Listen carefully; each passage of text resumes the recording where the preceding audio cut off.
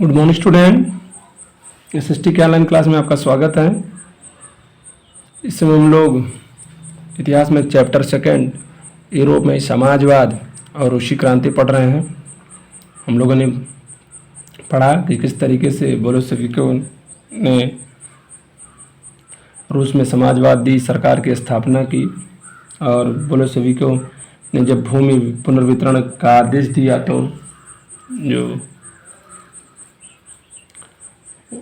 रूढ़वादी और अन्य लोग हैं उन लोगों ने इसका विरोध किया और रूस में गृह युद्ध जैसी स्थिति शुरू हो गई। आज हम लोग का जो टॉपिक है वो है समाजवादी समाज का निर्माण करना, यानी केवल कहने नहीं उसके आगे उसका कार्य भी करना है। बोल्शेविकों ने गृह युद्ध के दौरान उद्योगों तथा बैंकों के राष्ट्रीयकरण का काम जारी रखा था। उनके द्वारा समाजीकरण की गई भूमि पर किसानों की खेती करने की आज्ञा दे दी जा चुकी थी, यानी सब लोग जो जमीन किसानों में बांटी गई थी वो अपनी खेती कर सकते हैं।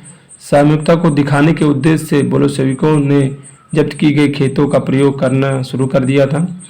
शासन के लिए केंद्रीय नियोजन की व्यवस्था की गई, यानी जो पंचवर्षीय योजना उसका शुरू किया गया और पंचवर्षीय जो योजना का भारत में लागू है वो रूस से ही लिया गया था, ठीक है ना। अफसरों द्वारा अर्थव्यवस्था के कार्य करने का अनुमान लगाया जाता था। इसी आधार पर वे 5 साल के लिए लक्ष्य निर्धारित करते थे।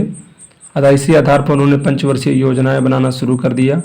प्रारंभिक 2 योजनाएं 1927 से 1932 और 1933 से 1938 के अंतर्गत सरकार ने औद्योगिक विकास को बढ़ावा देने के उद्देश्य से सभी तरह की कीमतों को स्थिर कर दिया, यानी सारी कीमतें तय कर दी गई कि उससे ज़्यादा या उससे कम पे कोई काम नहीं कर सकता था। केंद्रीय नियोजन से आर्थिक विकास को गति मिली। जो आर्थिक उत्पादन था, औद्योगिक उत्पादन, वो बढ़ा। सन 1929 से 1933 के बीच तेल, कोयले और इस्पात के उत्पादन में 100% की वृद्धि हुई। नए नए उद्योग क्या हुए, अस्तित्व में आए। तेजी से होने वाले निर्माण कार्यों के कारण मजदूरी की जो कार्य स्थिति थी उस पर भी विषम प्रभाव पड़ा।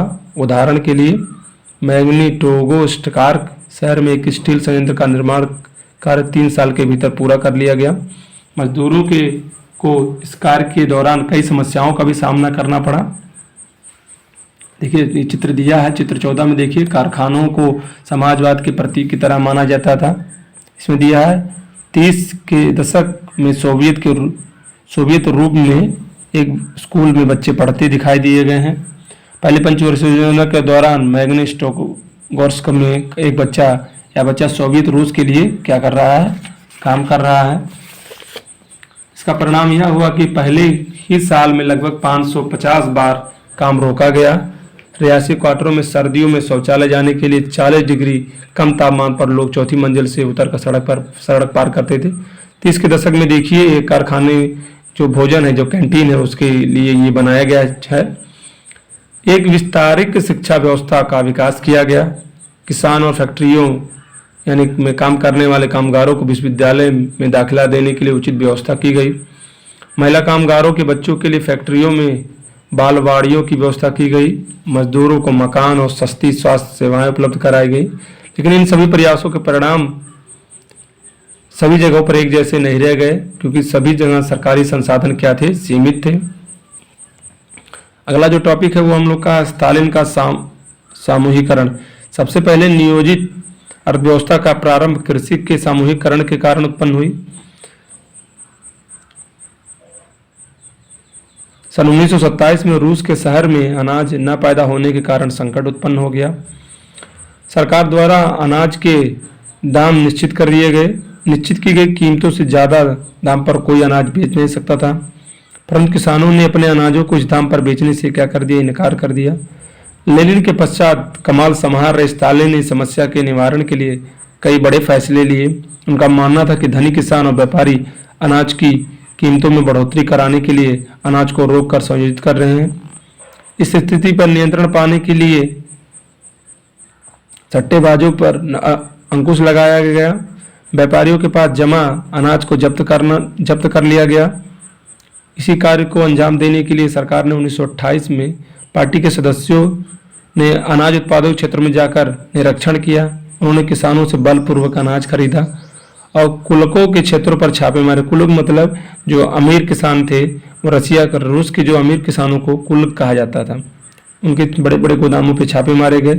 संपन्न किसान कुलक, हाँ। इसके पश्चात जब भी अनाज की आपूर्ति न हो पाई तो किसानों के खेतों को क्या कर गया, सामूहिकरण किया गया और यह निर्णय लिया गया या तर्क दिया गया कि खेत बहुत छोटे छोटे हैं और 1917 के बाद भूमि को किसानों को हस्तांतरित कर दिया गया। अधिकतर किसानों के पास छोटे छोटे खेत होने के कारण इनका आधुनिकीकरण करना असंभव था। आधुनिक खेती विकसित करने और उन पर मशीनों की मदद से औद्योगिक खेती करने के लिए कुलगो यानी रूस के धनी किसानों का सफाया करना, किसानों से जमीन छीनना और सरकारी नियंत्रण वाले विशाल खेत बनाना क्या थे, आवश्यक थे। ठीक है, देखिए चित्र दिया सामूहिकरण के दौर में एक पोस्टर, इसमें लिखा है कि हम खेती में कमी लाने वाले कुलक पर वार करेंगे, एक चित्र है। इसके बाद स्टालिन का सामूहिकरण का कार्यक्रम शुरू हुआ। सन 1929 में कम्युनिस्ट पार्टी ने सभी किसानों को सामूहिक खेती कुल खोज का मतलब ही सामूहिक खेती है, जिसका मतलब ये है कि सब लोग जो 2-4-10 लोग किसान हैं एक समूह बनाएंगे, समूह मिलाकर वो खेती करेंगे, खेत से जो लाभ होगा वो सभी किसानों में बांटा जाएगा। आदेश जारी किया, कृषकों द्वारा भूमि का सामूहिक तौर पर कार्य किया जाने लगा। काल खोज से हुए लाभ कृषि में बांट दिए जाते, जो मैंने अभी आपको बताया। इस फैसले से नाराज किसानों ने सरकार का विरोध किया और अपने जानवरों को मारने लगे। परिणाम यह हुआ कि 1931 के बीच पशुओं की संख्या घटकर 1/3 रह गई।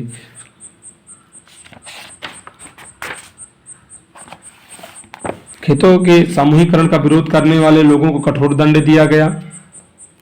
इन विरोधी किसानों का कहना था कि वे ना तो समाजवाद के विरोधी हैं, ना ही अमीरों के, वे तो बस कई कारणों से सामूहिक खेती काम नहीं करना चाहते। स्टालिन सरकार ने सीमित स्तर पर स्वतंत्र किसानों की व्यवस्था भी जारी रखने दी, लेकिन इन किसानों को कुछ विशेष लाभ प्राप्त नहीं हुआ।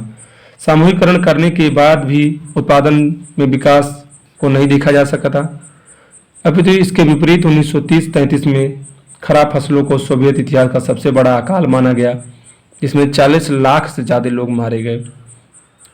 पार्टी के बहुत से लोगों ने नियोजित अर्थव्यवस्था के अंतर्गत औद्योगिक उत्पादन से हो रहे भ्रम और सामूहिकरण के परिणामों की आलोचना करने लगे।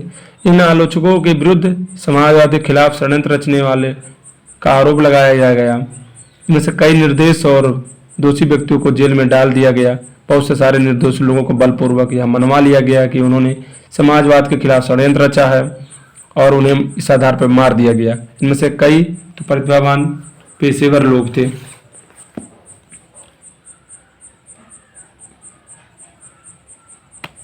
रूसी क्रांति और सोवियत संघ का वैश्विक प्रभाव। जिस तरीके से बोल्शेविकों ने सत्ता पर कब्जा करके शासन चलाया था, उससे यूरोप के कई समाजवादी पार्टियां सहमत नहीं थी, लेकिन मेहनतकशों के राज्य की स्थापना की संभावना ने विश्व भर में कई लोगों के यह उम्मीद जगा रखी थी कि बहुत से देशों में भी कम्युनिस्ट पार्टी का गठन किया गया। जैसे इंग्लैंड में कम्युनिस्ट पार्टी या ग्रेट ब्रिटेन की स्थापना की गई। बोल्शेविकों द्वारा उपनिवेशों की जनता को उनके मार्ग का अनुसरण कराने के लिए प्रोत्साहित किया गया। सोवियत संघ के अलावा कई देशों के प्रतिनिधियों ने conference of the people of the east 1920 और बोल्शेविकों द्वारा बनाए गए कम्युनिस्टन बोल्शेविक समर्थक जो समाजवादी पार्टियों का अंतर्राष्ट्रीय संघ महासंघ था, उसमें भी भाग लिया गया। सोवियत संघ की communist university of the workers of the east में कुछ विदेशियों ने भी शिक्षा प्राप्त की थी। जब दूसरा विश्व युद्ध प्रारंभ हुआ तब सोवियत संघ के कारण समाजवाद को एक विश्व या वैश्विक सहायता या हैसियत और पहचान मिली। लेकिन 50 के दशक तक देश के अंदर तक लोग यह समझने लगे कि सोवियत संघ की शासन शैली जो है रूसी क्रांति के आदर्शों के अनुरूप नहीं है। यानी जो क्रांति रूस में जिसके लिए हुई थी वह क्रांति अपना रास्ता भूल गई है, या जिन आदर्शों की शुरुआत हुई थी क्रांति में वह आदर्श भूल गई है यह सरकार। विश्व समाजवादी आंदोलनों में इस बात को स्वीकार कर लिया गया कि सोवियत संघ में सब कुछ ठीक ठाक नहीं चल रहा है, एक पिछड़ा हुआ देश महाशक्ति बन चुका था।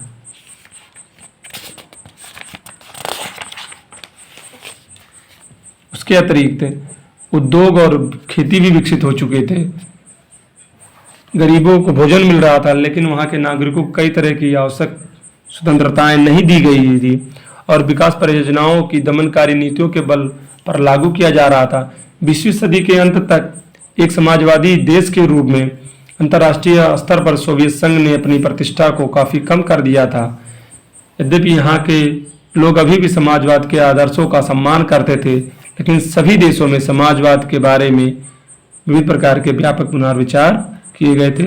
ये आपका रूस यानी आपकी ये भी समाप्त हो गया, ये चैप्टर आपका समाप्त हो गया। ठीक है ना, इसके क्वेश्चन आंसर आप लोग लिखेंगे।